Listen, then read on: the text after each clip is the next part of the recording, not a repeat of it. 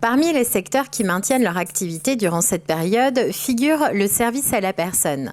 C'est le cas de cette entreprise de Célestat. Toutefois, dès l'annonce du confinement, son gérant a été confronté à une pénurie de masques. Après un appel sur les réseaux sociaux, il a pu compter sur un bel élan de générosité. En fait, tout au départ, il y a quelques semaines, on nous a dit qu'il y avait ce virus et donc il fallait protéger nos salariés. Et moi, en tant que chef d'entreprise, j'ai pas eu de masque ni de tablier, etc. Donc j'ai fait un petit appel sur Facebook en disant que nos salariés n'étaient pas protégés. J'ai eu une centaine de messages privés. On nous a écouté, moi j'ai 200 masques de mon entreprise, j'ai 30 masques, j'ai 50 masques, j'en ai 6, désolé, j'en ai que 6.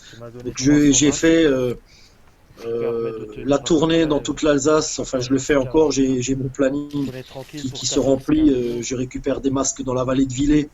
Vendredi matin, 22 masques.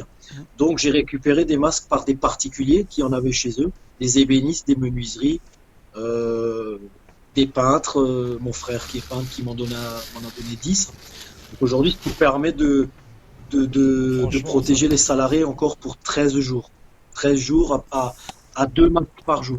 Si l'activité d'aide à la personne a été maintenue, l'entreprise a tenu à garder le contact avec certains de ses autres clients. Tout à fait, des actes de la vie essentiels, ce qui permet de maintenir les gens à domicile.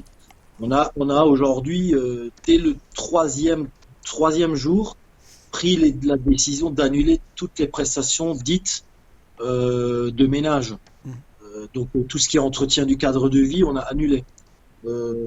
Par contre, des personnes qui, étant isolées sur Célestat ou dans toute l'Alsace, on intervient minimum avec une plage horaire qui s'est un peu réduite et pour maintenir le lien social. On a une plateforme aussi téléphonique où on appelle les gens une fois par semaine pour voir si tout va bien. Frédéric Hirsch peut compter sur l'engagement de ses équipes. Il reconnaît qu'il y aura un avant et un après pandémie. Un respect énorme de ma part pour toutes les salariés de Bon Soin et toutes les autres salariés d'autres structures. Dans les aides à domicile, les hôpitaux, etc. Elles ont un courage énorme, extraordinaire, et que je suis très reconnaissant, en même temps triste et ému. Mais voilà, leur bienveillance permet quand même de faire vivre encore des personnes à domicile. Et puis, j'ai qu'une parole, c'est qu'à la fin de ce confinement, à la fin de cette tragédie, je serai très reconnaissant et puis pour pérenniser l'entreprise, là elles sont en train de le faire, c'est vraiment quelque chose d'important. Je pense que le futur on le travaillera différemment avec une autre approche aussi niveau entreprise.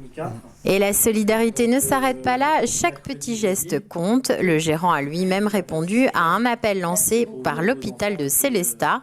Fin mars, il est allé déposer 220 masques FFP2 à la structure hospitalière de la ville. Ok, merci Sophie, à bientôt. À bientôt, au revoir. Au revoir, merci à vous.